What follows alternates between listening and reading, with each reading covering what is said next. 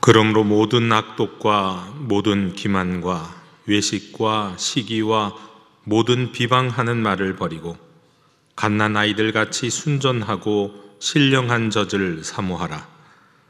이는 그로 말미암아 너희로 구원에 이르도록 자라게 하려 함이라.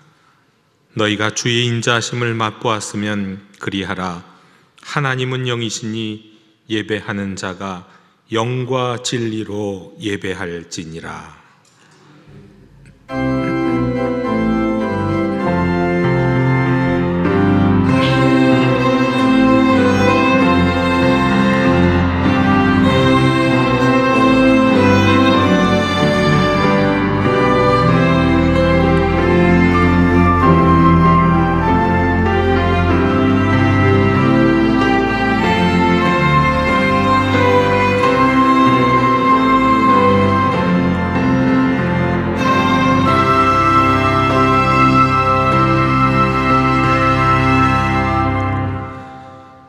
천지를 창조하시고 각 사람과 온 교회의 머리이시며 인도자 되시는 주님, 예배하는 저희 모두를 하나님의 가족으로 삼아주셔서 두려움 없이 하나님 앞에 나아올 수 있도록 부르시고 인도하여 주시니 감사와 찬양을 올려드립니다.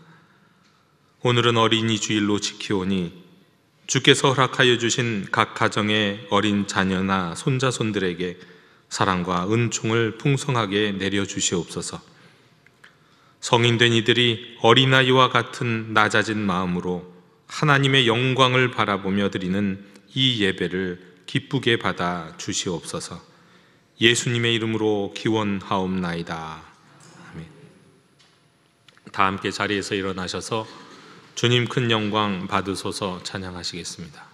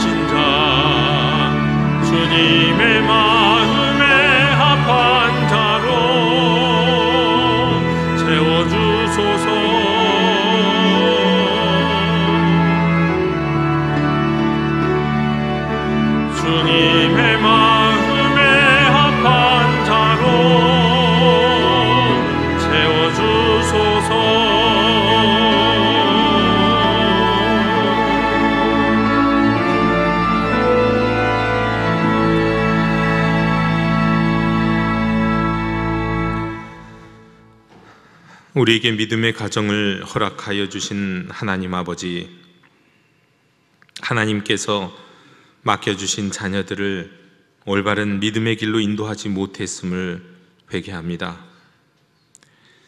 세상 일에는 성공해야 한다고 강요했으면서도 믿음의 권면은 힘써 하지 못했음을 용서해 주시옵소서. 자녀들에게 육의 양식과 의복은 부족함 없이 공급하였지만 더 중요한 영혼의 양식을 먹이지 못했습니다. 아름답고 신실한 신앙의 모범을 보이지 못하므로 부모인 나의 모습에 실망하여 곁길로 가버린 자녀도 있습니다. 이들이 육신으로는 나의 자녀이지만 영으로는 하나님의 자녀인 것을 생각지 못했습니다. 그러기에 자녀들에게 내 뜻을, 세상의 뜻을 강요하고 성공만을 요구했습니다. 참회하오니 이 모든 어리석음을 용서해 주시옵소서. 주여 긍휼을 베풀어 주시옵소서.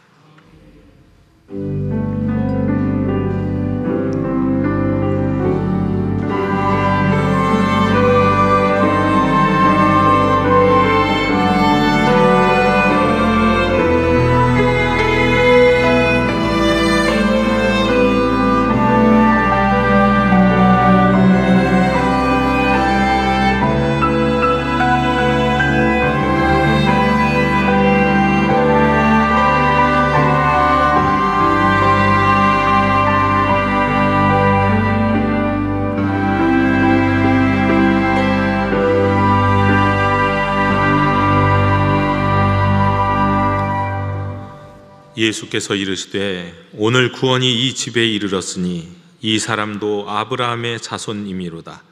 인자가 온 것은 잃어버린 자를 찾아 구원하려 함이니라.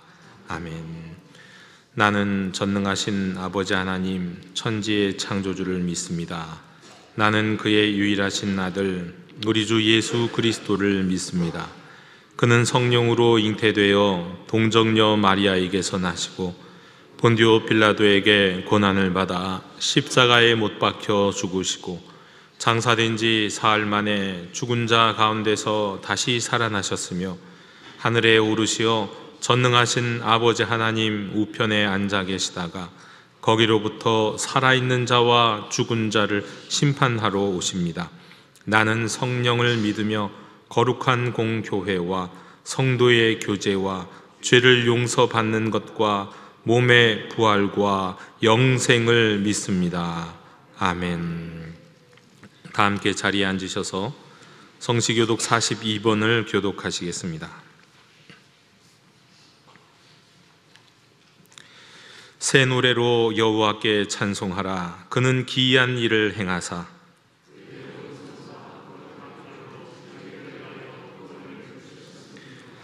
여호와께서 그의 구원을 알게 하시며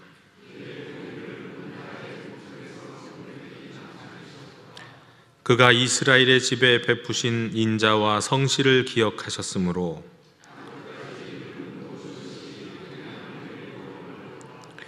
온 땅이여 여호와께 즐거이 소리칠지어다. 수금으로 여호와를 노래하라. 나팔과 호각 소리로 왕이신 여호와 앞에 즐겁게 소리칠지어다.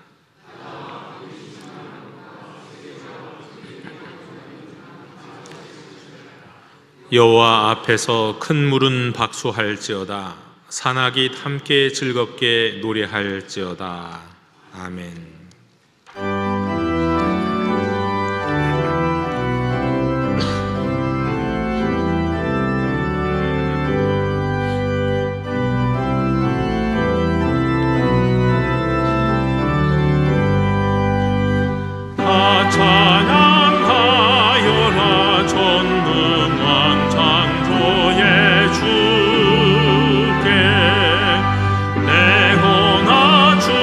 찬양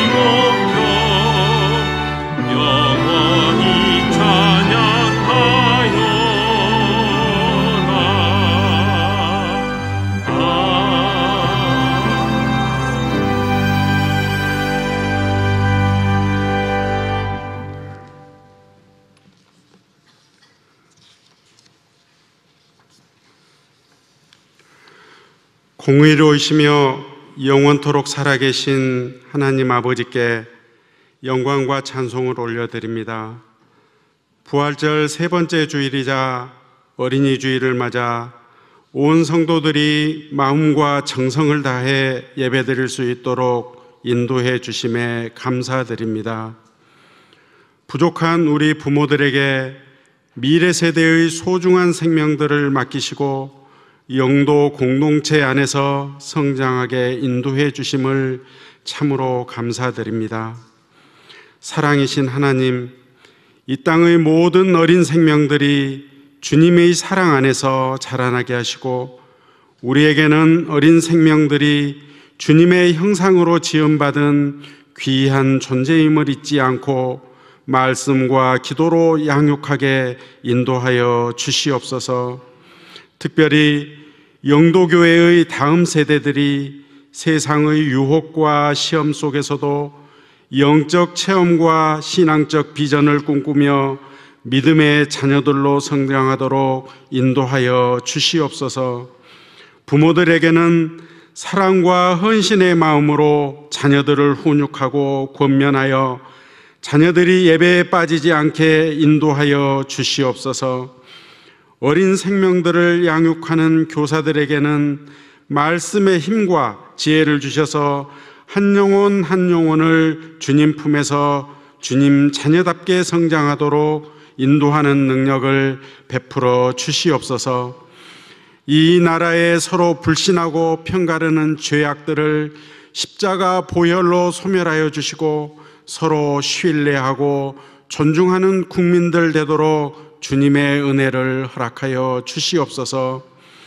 취업과 진로의 길이 막혀있는 청년들에게 주님과 동행하는 가운데 허락하신 성취감을 맛보며 희망의 빛을 보게 인도하여 주시옵소서.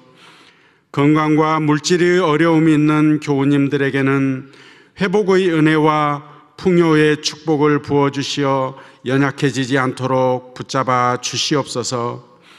주님의 말씀을 선포하실 박경원 목사님께 기름을 부으셔서 무엇이 위로와 노래가 되는 것이며 무엇을 향하여야 하는지 하나님의 말씀이 우리 심령 가운데 깊은 깨달음이 있도록 인도하여 주시옵소서. 예배를 위하여 하나님의 뜻을 행하는 영도 앙상블과 모든 봉사위원들의 수고의 손길에도 기쁨이 가득하도록 은혜 내려 주시옵소서.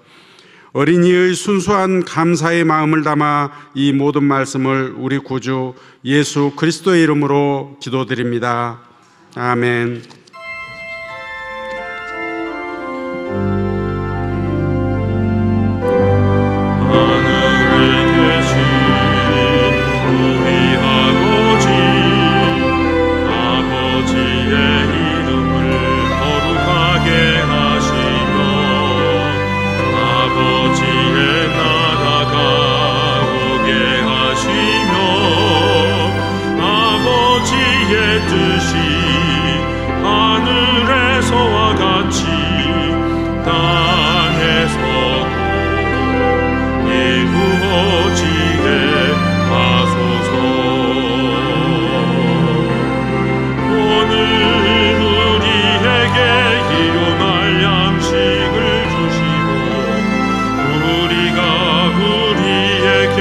잘못한 사람은 용서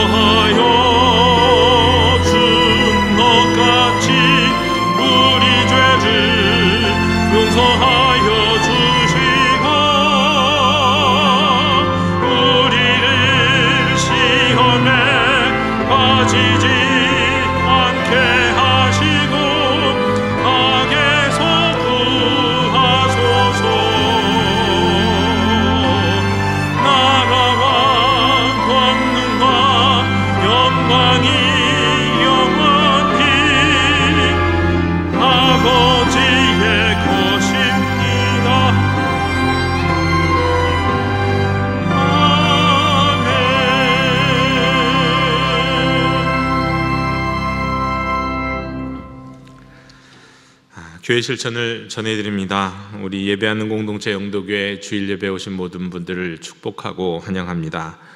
우리 영도행전 순례의 길 마지막 걸음을 우리가 이 시간 먼저 다 함께 읽도록 하겠습니다. 우리 합독하도록 마지막 7절 영도행전 29장 7절을 우리 함께 읽도록 하겠습니다.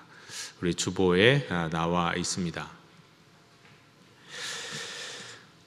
하나님께서 만세전부터 택정하신 이들이 날마다 마음을 같이하여 성전에 모이기를 힘쓰고 집에서 떡을 떼며 기쁨과 순전한 마음으로 음식을 먹고 하나님을 찬미하며 또 온 백성에게 칭송을 받으니 주께서 구원받는 사람을 날마다 더하게 하시니라. 아멘. 하나님께서 우리 영도행전 순례의 길을 마치게 하여 주셔서 감사합니다. 온전한 마지막은 우리 다음 주 우리 새가족 환영회 식사 때까지 우리 또 복음을 전하신, 전도하신, 초청하신 분들 오실 수 있도록 마지막까지 권면하시는 일이 우리 영도행전 마지막 우리의 사명이 되겠습니다. 오늘은 우리 부활절 세 번째 주일 및 어린이 주일입니다. 오늘 사부 예배는 청년과 안수 집사회가 함께 드림 예배로 드립니다. 우리 예배 시에는 성찬식이 있는데 오늘 말씀은 우리 뉴질랜드에서 목회하시고 그리고 또 오늘 지금은 우리 영도교회 우리 엘림 게스트룸에 계시는 우리 박충성 목사님께서 귀한 말씀 전해 주시겠습니다. 다음 주일은 우리 어버이 주일이며 3부 예배는 온 세대 예배로 드립니다. 그리고 오늘 3부 예배에 유아 세례식이 있겠습니다. 아까도 말씀드렸지만 우리 영도행전의 마지막 걸음으로 우리 다음 주에 새가족 환영 식사가 있습니다. 우리 다음 주 온 세대 예배 이후에 마당 행사가 있는데 이 마당 행사 이름을 행복이다 페스티벌로 이름을 지었습니다. 이번에는 다음 세대를 대상으로 해서 진행이 되겠습니다. 우리 복이다 교회, 우리 복음이 이끄는 다음 세대 교회들이 연합으로 진행하는 이 행사에 우리 교회의 다음 세대와 그리고 이 지역의 다음 세대들이 함께 어울려서 우리가 행복한 시간이 될 수 있도록 기도해 주시고 협력해 주시면 감사하겠습니다. 특별히 이를 위해서 작년, 재작년에도 했었지만 우리 교회 주차장 사용이 일부 제한이 되니까 가급적으로 대중교통을 이용해 주시면 좋겠고 또 주보를 참조하셔서 주차 관련 사항을 조진서 목사님에게 해주시면 되겠습니다. QR코드 스캔하셔서 신청서를 작성해 주셔도 되겠습니다. 교우동정입니다. 우리 축하합니다. 김홍석 집사님, 강수님 집사님의 장녀 김민경 양이 결혼합니다. 주보에 없는 교회 실천 한 가지만 더 안내해 드리면 오는 토요일 10시에 우리 도림동 유수지에서 우리 영도교회 청년교회가 양평동교회, 한영교회 청년부와 함께 연합 체육대회를 가집니다. 한마음 체육대회라는 이름으로 우리 도림동 유수지에서 다음 주, 그러니까 오는 토요일 10시에 진행하는데 많이 후원해 주시고 격려해 주시기를 부탁드립니다. 이상으로 우리 교회 실천을 모두 전해드렸습니다. 이제 다 함께 자리에서 일어나시면서 우리 평화의 인사 함께 나누시겠습니다. 주님의 평화를 빕니다. 주님의 평화를 빕니다.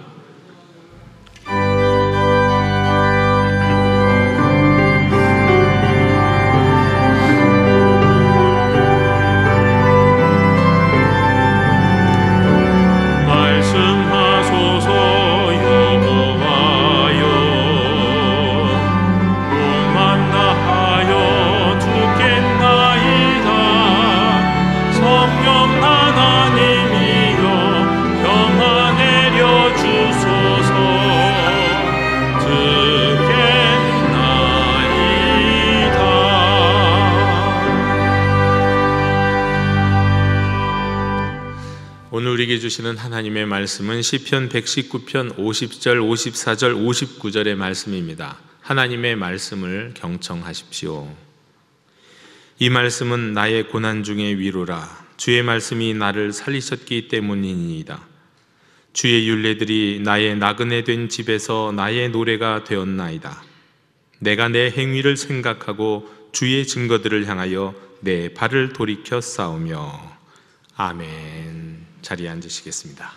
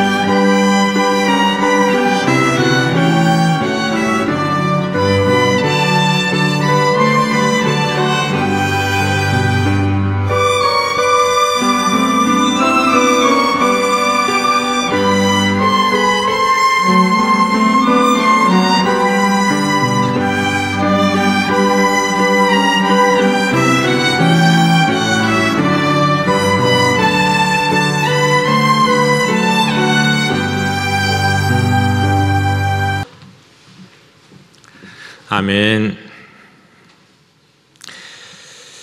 사랑하는 성도 여러분, 우리는 살아가면서 종종 고난의 골짜기를 지나고 또 어두운 밤을 만나고 때론 삶의 길을 잃기도 합니다.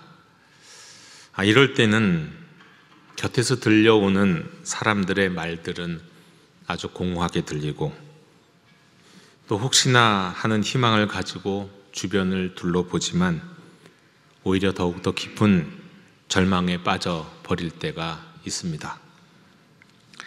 그러나 그런 때 우리의 영혼을 살리는 단 한 가지가 있습니다. 하나님의 말씀입니다. 이 말씀은 우리가 어떻게 살아야 하는지 도덕적인 지침으로서 우리에게만 주신 것이 아닙니다.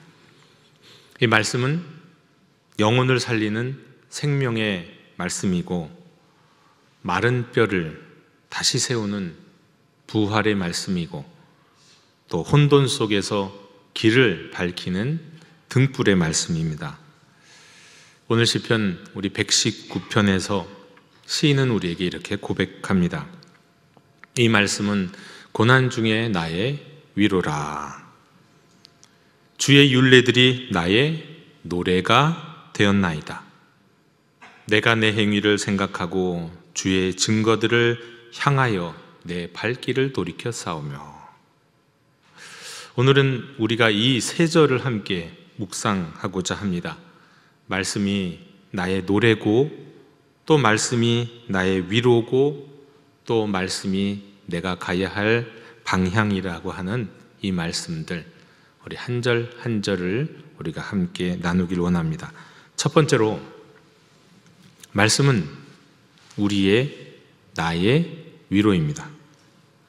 이 말씀은 나의 고난 중의 위로라. 주의 말씀이 나를 살리셨기 때문이니이다. 설교를 통해서 수차례 말씀드린 바 있었던 이 코리 텐 붐 여사는 2차 세계대전 당시에 네덜란드 그리스도인이었습니다. 그의 가족이 유대인을 숨겨주다가 체포돼서 가혹한 수용소 생활을 했습니다. 아버지는 체포 열흘 만에 숨졌고 옥중에서 사망을 했고 사랑하는 언니와 코리는 이 여성 강제 수용소에 호송됐습니다. 그곳에서 그녀는 혹독한 노동과 굶주림 그리고 비참한 환경 가운데 하루하루를 버텨야 했습니다. 잠을 자는 막사는 매우 열악했는데 400명을 수용해야 되는 공간에 1,400명이나 몰아넣어져서 또 그야말로 벼룩이 들끓는 지푸라기에서 잠을 자야만 했습니다. 매일 새벽 4시 반에는 인원 점검을 하기 위해서 모두가 기상을 하고 일어서서 도열을 해야 됐는데 자세가 조금만 흐트러져도 가차없이 매질을 당했습니다.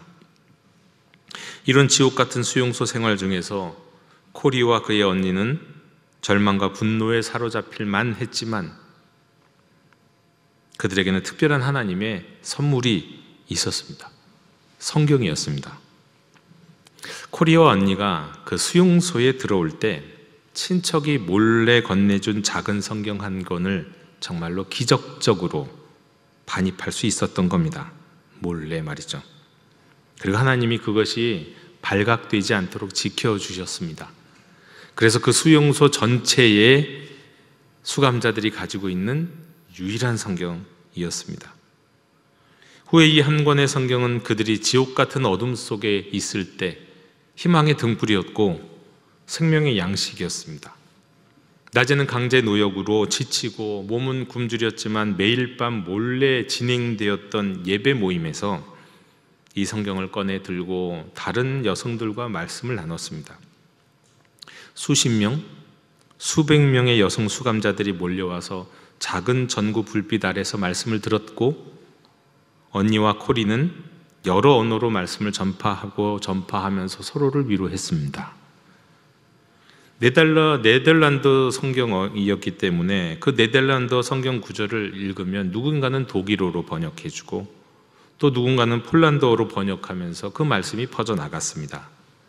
마치 천국의 예배를 미리 보는 듯한 광경이 매일 밤 벌어졌습니다. 그런데 놀랍게도 감시병들은 이런 모임을 전혀 알지도 못했고 방해하지도 않았는데 그 이유가 다른 게 아니라 그 수용소의 벼룩 때문이었습니다. 이 벼룩투성이인 막사 안으로 깊이 들어오는 것을 혐오했던 이 감시병들이 밤에는 그 방 안까지 들어오지 않았던 겁니다. 그래서 그 틈을 타서 자유롭게 말씀을 읽고 나눌 수 있었습니다. 어느 날 이 코리는 벼룩에 물려서 좀 화가 났습니다. 근데 이때 그 언니가 말씀을 기억하면서 데살로니가전서 5장 18절이죠. 범사에 감사하라고 했지 좋은 일에만 감사하라고 하지 않았잖아. 우리 벼룩까지도 하나님이 우리를 위해서 두신 이곳의 일부니까 우리 감사하자. 이렇게 권면을 했습니다. 근데 코리는 순간 어떻게 벼룩까지 감사하냐고, 그건 너무 지나쳐. 하나님이라도 벼룩에게 감사 못하게 하실 거야, 이런 식으로 불평을 했습니다. 하지만 언니는 거듭 범사에 감사하라는 하나님의 말씀을 상기시켰습니다. 그래서 둘은 결국 침상 사이에 서서 그 벼룩까지도 하나님께 감사하는 기도를 드렸고, 근데 마음으로 코리는 언니가 틀렸다고 생각을 하면서도 그냥 그렇게 같이 순종하면서 기도를 했습니다. 그런데 나중에서 훗날 코리가 알게 된 겁니다. 바로 그 벼룩 때문에 감시병들이 그 막사에 들어오지 않을 수 있었고 자신들이 예배 모임을 할 수 있었다는 사실 말이죠. 그러면서 나중에서야 더욱 배로 감사할 수 있었습니다. 이 코리텐붐의 자서전, 이 피난처를 보면 그녀는 수용소에서 겪었던 이 가장 그 심한 고통 가운데서도 말씀을 꽉 굳건히 붙들었던 그 모습을 생생하게 증언합니다. 그녀는 이렇게 회고합니다. 주위 세계가 낯설어지고 모든 것이 무너져 내려도 한 가지는 점점 더 분명해졌습니다. 우리가 여기 있는 이유는 바로 그거였습니다. 아침부터 소등시간까지 대열 집합시간 외에는 우리에게 성경이 퍼져가는 희망의 중심이 되어 있었습니다. 마치 추운 밤 모닥불 주위로 떠돌이들이 모여들듯이 우리도 성경을 줄내에 모여들어서 그 따스함과 그 빛을 우리가 느낄 수 있었습니다. 주위의 밤이 캄캄해질수록 하나님의 말씀은 더욱 밝고 아름답게 타올랐습니다. 이렇게 고백했습니다. 성도 여러분, 하나님의 말씀은 그저 글자가 아닙니다. 수용소의 고난 속에서 그녀와 함께한 이들을 살렸던 하나님의 위로였습니다. 또한 고난 속에서 말씀은 단순한 위로만이 아니라 부활의 능력이었습니다. 죽어가는 마음들, 한껏 분노와 의기소침과 절망 가운데 죽어갈 수밖에 없는 그 마음에 생기를 불어넣어주고 그 숨 넘어가는 그 숨결에 다시 생명의 박동을 불러일으키는 부활의 능력이었습니다. 혹시 지금 삶이 어둡고 고난 가운데 계신 분 계십니까? 하나님의 말씀을 펴십시오. 그리고 읽으십시오. 거기서 하나님의 말씀이 우리에게 소망을 주시면서 우리를 위로하실 줄로 믿습니다. 고난은 분명 고통스럽지만 말씀은 그 고통의 시간을 하나님과의 만남의 자리로 바꿔주시면서 우리를 위로하실 것입니다. 그리고 우리를 일으켜 세워주실 것입니다. 말씀 가운데 하나님의 위로를 날마다 누리는 복된 성도가 되시기를 주님의 이름으로 축원합니다. 두 번째로, 하나님의 말씀은 우리의 노래입니다. 주의 율례들이 나의 나그네 din 집에서 노래가 되었나이다. 사랑하는 성도 여러분, 말씀이 어떻게 우리의 노래가 될 수 있을까요? 세상이 우리에게 노래할 힘을 빼앗고 어두운 감옥 같은 시간을 지나가고 있을 때에도 그때 하나님의 말씀이 우리의 입술에서 흘러나오는 찬송이 될 수 있을까요? 저는 그 질문에 조용히 이렇게 대답하는 한 사람의 얼굴을 떠올려 봅니다. 일본의 한 사형수 도키치 이시라는 사람입니다. 20세기 초 일본에 아주 악명 높았던 유명한 범죄자였습니다. 젊은 시절부터 절도와 강도 등의 범죄를 반복했던 사람. 그는 체포와 수감을 거듭해서 20번 이상을 교도소로 왔다 갔다 한 사람이었습니다. 심지어 몇 차례 탈옥도 감행했을 정도로 이 교정이 불가능한 범죄자였습니다. 한 번은 교도관을 때렸습니다. 그래서 입에 재갈을 물리고 몸을 공중에다 매달고 때리고 하는 그런 가혹한 처벌을 하는데도 끝내 자기 잘못을 뉘우치지 않아서 교도소 간두들 사이에서도 아주 악명이 높았던 그런 범죄자였습니다. 그가 수도 없이 감옥 들락날락하고 있을 때 마침 경범죄로 유치장에 수감되어 있었습니다. 그런데 그 경범죄로 유치장에 수감되어 있는 가운데 같은 방에 있는 수감자들을 통해서 한 가지 소식을 듣습니다. 한 무고한 남자가 사형 선고를 받고 수감 중이라는 이야기입니다. 그가 무고한 남자라는 건 아무도 모릅니다. 그런데 바로 이 도끼치 이씨는 알게 됐습니다. 왜냐하면 자신이 진범인 사건이었기 때문입니다. 그리고 그는 이전에는 한 번도 양심의 가책이라는 것을 느껴본 적이 없었는데 이때는 이상하게 양심의 가책을 받았습니다. 그 무고한 남자가 사형 선고를 받고 수감 중이라고 하는 소식을 들으니까 말이죠.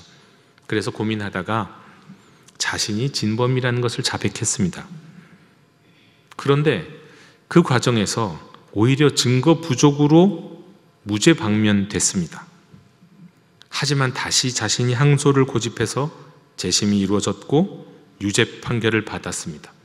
당연히 사형을 선고받았습니다. 그리고 먼저 사형 판결을 선고받았던 남자는 풀려났고요. 이거는 일본 역사상, 사법 역사상 유례가 없는 일입니다. 그런 그가 감방에서 절망의 시간을 보내고 있을 때 당시 도읍교에서 선교하던 2명의 여성 선교사들이 그 사연을 접했습니다. 먼저 선교사들은 며칠 동안은 날마다 특식을 보냈습니다. 도끼치 이씨는 처음에 자신이 알지도 못하는 사람들이 베푸는 그 특식을 먹지 않았으며 받지 않으려고 했습니다. 하지만 간수가 권면함으로 말미암아 마지못해 그 음식을 먹었습니다. 그리고 며칠이 지난 다음에는 신약 성경과 또 복음이 담긴 책을 보냈습니다. 이 시인은 이를 감방 한쪽에다 그냥 올려놓고는 쳐다보지도 않았습니다. 그러다가는 며칠 있다가는 드디어 선교사가 직접 찾아와서 복음을 전하기 시작했습니다. 이 시인은 정중하게 맞기는 했지만 마음을 닫고 성경도 읽지 않았습니다. 그러던 어느 날 하도 심심해서 성경을 펼쳐 읽었습니다. 예수님이 예루살렘에 입성하시면서 자신을 해치려는 적재자들 앞에서도 죽음을 두려워하지 않고 앞을 향해 이렇게 쭉 나가는 이 장면이었습니다. 이 장면은 이 시의 모험심과 호기심을 자극했습니다. 그리고 다시 얼마 있다가 2번째로 성경을 펼쳐 읽었습니다. 이때는 잃어버린 양을 찾아 나서는 목자의 이야기를 읽었습니다. 역시 흥미로웠습니다. 그리고 언제 3번째로 성경을 읽게 된 날, 신약 성경 마지막 부분을 펼쳤습니다. 누가복음 23장, 거기에 이르렀을 때 그는 멈춰 섰습니다. 거기에서 성경을 읽다 보니까 십자가 위에서 예수님이 이렇게 말씀하시는 겁니다. 아버지여, 저들을 사하여 주옵소서. 자기들이 하는 것을 알지 못함이니이다. 그 말씀을 읽는 그 순간 이 시인은 마치 심장을 망치로 얻어맞는 듯한 충격을 받았다고 고백합니다. 그는 이렇게 말합니다. 그때 나는 5치 못으로 가슴을 찔린 것 같은 충격을 받았습니다. 예수님은 자신을 죽이려는 사람들을 위해 기도하고 있었습니다. 나 같은 자를 위해서도 말입니다. 나는 그 말씀에 붙들렸고 그 말씀 하나로 믿게 되었습니다. 그는 그 순간 울기 시작했습니다. 살면서 처음으로 회개의 눈물을 흘렸습니다. 그리고 이렇게 복음을 받아들인 뒤에 그의 거칠었던 성품은 부드럽게 바뀌었고 감옥 생활에서의 태도도 완전히 달라졌습니다. 도끼치 이 시인은 사형 집행을 기다리는 기간 동안 날마다 성경을 열심히 탐독했습니다. 그리고 성경에서 발견한 말씀을 계속 보면서 그는 그 말씀 가운데 위로받았습니다. 특히 선교사가 그에게 보여주었던 고린도후서 6장 10절의 말씀, 근심하는 자 같으나 항상 기뻐하고 아무것도 없는 자 같으나 모든 것을 가진 자로다라는 말씀은 그의 영혼에 깊은 울림을 주었고 어느덧 그 자신이 이 말씀의 사람이 됐습니다. 모든 사람들은 사형수라고 근심하고 있을 것 같았지만 그의 마음속에는 기쁨이 생기기 시작하고 감옥 속에서 아무것도 없는 것 같으나 그는 모든 것을 가진 자처럼 느꼈습니다. 그는 이렇게 구체적으로 고백했습니다. 사람들은 내가 날마다 사형을 기다리고 있으니 분명 몹시 비통한 마음일 것이라고 하겠지요. 그러나 사실 그렇지 않습니다. 나는 슬픔도 괴로움도 어떤 아픔도 없습니다. 한 평 반도 안 되는 크기의 감방 안에 갇혀 있지만 하나님을 몰라 죄악의 나날 가운데 바깥에서 보낼 때보다 지금이 한없이 더 행복합니다. 낮이나 밤이나 나는 예수 그리스도와 이야기를 나누고 있습니다. 이처럼 그는 갇힌 처지에서도 이루 말할 수 없는 평안과 기쁨을 누리면서 주님을 노래했습니다. 1918년 도키치 이시는 47세의 나이로 교수형에 처해졌습니다. 그는 최후까지 신앙을 굳게 지켰고 처형날이 가까워지는 동안에도 두려움이나 절망을 드러내지 않았습니다. 자신이 사형당하는 것은 하나님의 마땅한 심판이라고 생각했습니다. 그리고 자신의 죄는 달게 져야 된다고 생각했고, 그러나 하나님께서는 또 나를 용서하시고 나를 받아주신다는 그 기쁨으로 하나님을 노래하는 마음으로 사형대의 자리로 나아갈 수 있었습니다. 그를 집행 며칠 전에 마지막으로 만나본 선교사는 그의 얼굴이 빛나고 있었다고 증언합니다. 사랑하는 여러분, 시편 기자는 주의 율례들이 나의 나그네 된 집에서 나의 노래가 되었나이다 라고 고백을 합니다. 나그네의 길, 쓸쓸한 길이고 외로운 길이고 아무도 없는 길이죠. 그 여정 속에서 말씀이 자신의 평화와 기쁨이 되고 노래가 되는 순간이 있는 겁니다. 여러분, 우리도 인생의 감옥에 갇힐 때가 있습니다. 죄책감, 상처, 실패, 불안, 절망, 고독, 아무도 없는 그곳에, 나 혼자만 있는 그곳에.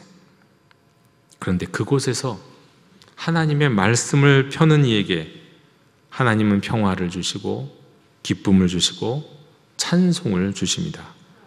그때 부르는 그 찬송은 그 모든 상황들을 무너뜨리고 그의 절망 가운데 있었던 마음들을 살리고 영혼을 깨우는 새로운 노래가 되는 겁니다. 오늘 시인의 고백처럼 우리 나그네의 길에서도 하나님의 말씀이 노래가 되기를 원합니다. 주의 율례들이 나의 나그네 된 집에서 나의 노래가 되었나이다. 이 고백이 저와 여러분의 고백이 되었으면 좋겠습니다. 세 번째로, 하나님의 말씀은 우리가 가야 할 방향입니다. 내가 내 행위를 생각하고 주의 증거들을 향하여 내 발길을 돌이켰나이다. 주의 증거들을 향하여 내 발길을 돌이켰나이다. 주의 증거, 하나님의 말씀. 리 스트로벨은 미국 시카고 트리뷴의 법률 전문 기자였습니다.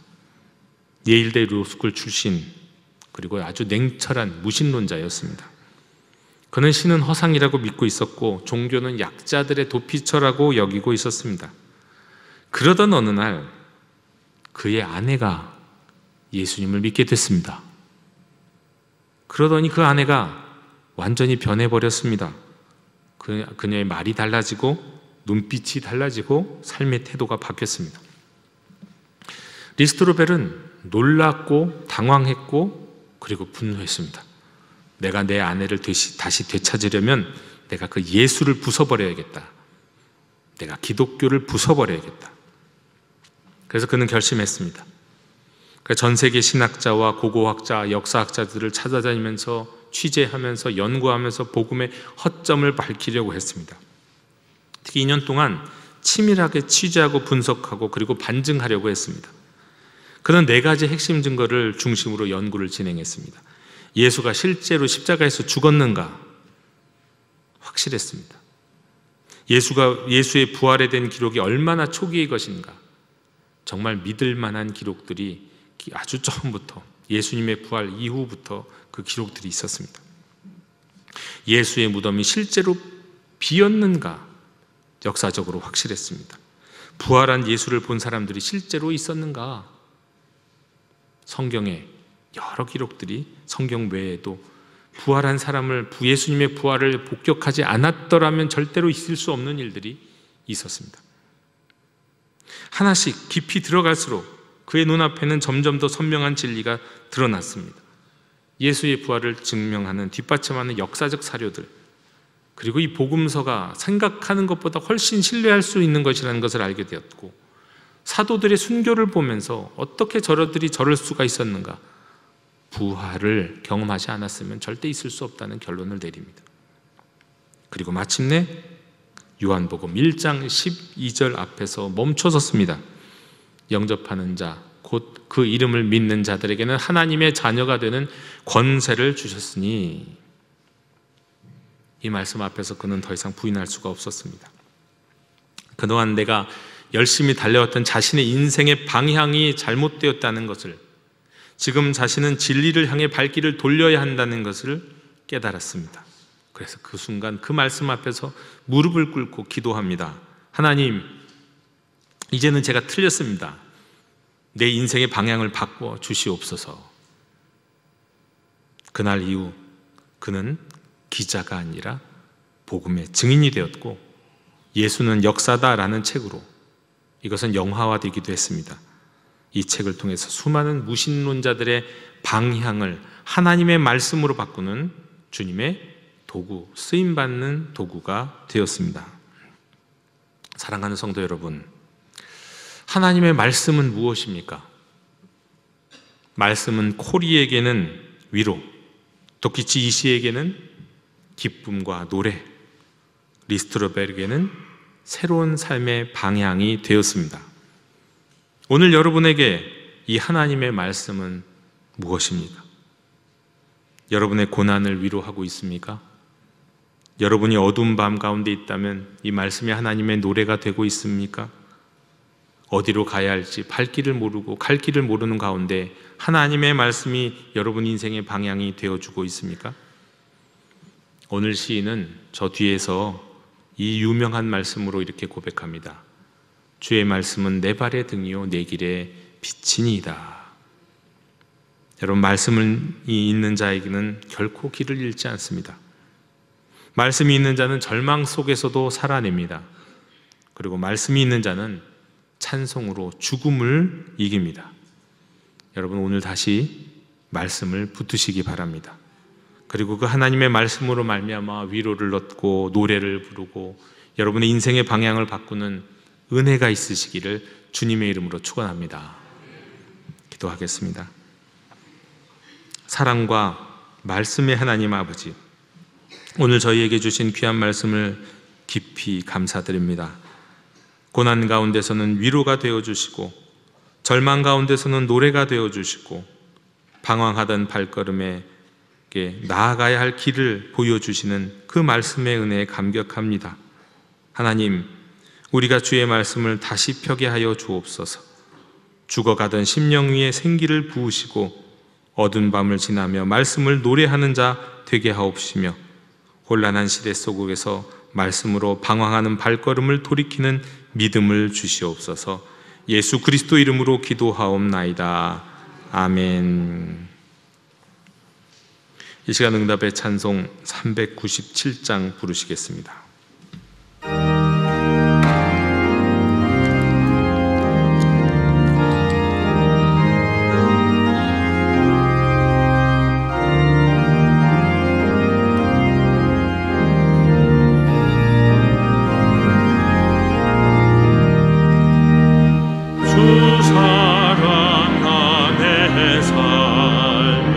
두려움 없으며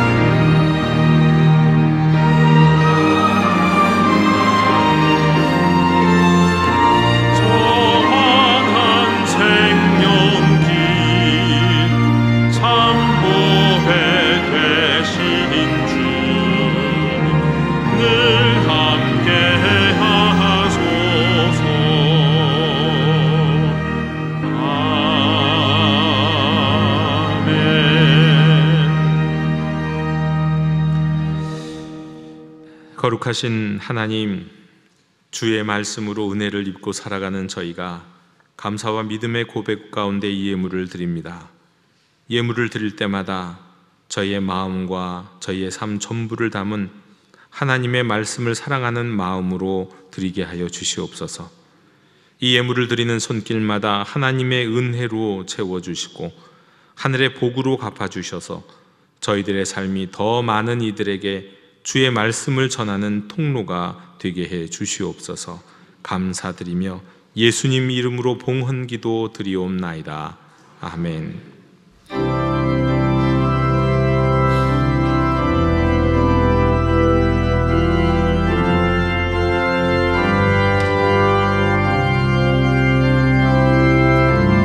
말씀 앞에서 경외함으로 주께 홀로 섭니다. 생명의 말씀 읽고 순종해 주를 예배합니다. 기록된 말씀 힘이 있어서 진리로 우리 거룩해 하며 거룩한 말씀 세세 영원히 복음이 되어 말씀하시네.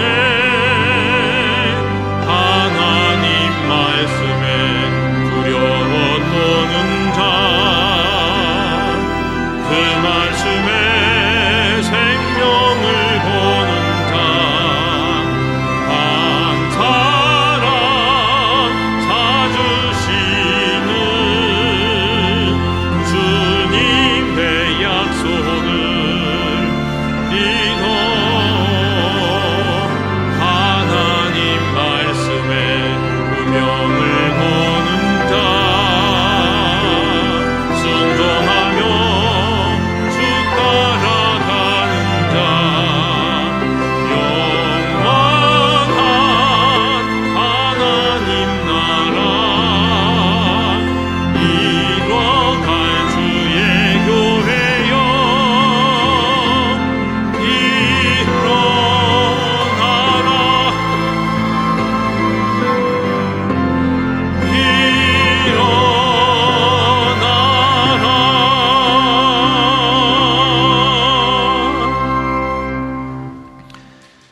이제는 우리의 위로가 되시며 우리의 노래가 되시며 우리 인생의 방향이 되시는 우리 주 예수 그리스도의 은혜와 하나님 아버지의 크신 사랑과 성령 하나님의 위로하시고 감동하시며 역사하시는 은혜가 오늘 말씀을 통해 다시 위로받고 말씀을 따라 노래하며 말씀을 따라 새로운 길을 가고자 결단하는 사랑하는 모든 성도들과 그 가정과 자손 위에, 그리고 이 말씀이 흘러가는 모든 땅과 민족 위에 지금부터 영원까지 함께 계시기를 간절히 축원하옵나이다. 아멘.